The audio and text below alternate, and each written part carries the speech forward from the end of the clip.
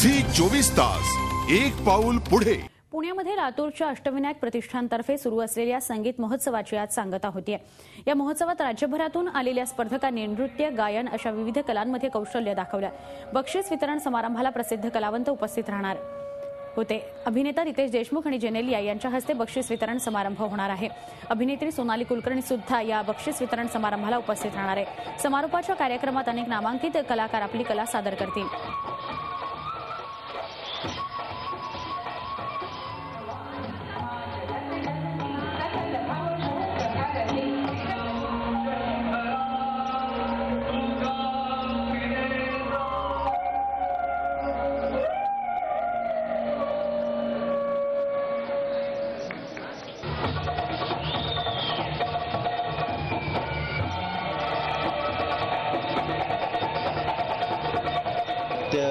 गाणं, classical singing ह्या सगळ्या गोष्टी आम्ही करतो। गेल्या 4 वर्षापासून आम्ही ब्राईड शो देखील नववधू म्हणजे आम्ही काही आजकालच्या फॅशनच्या ज्या स्पर्धा होतात तसं न ठेवता आपला भारतीय पारंपरिक जो पोशाख आहे, ज्या प्रत्येक प्रांतातल्या नववधू ह्यांची आम्ही एक स्पर्धा ठेवलेली आहे। त्याला देखील प्रचंड स्पर्धा आहे। ह्या वर्षी महाराष्ट्रातून 20,000 स्पर्धकांनी भाग घेतलेला आहे। झी 24 तास एक पाऊल पुढे।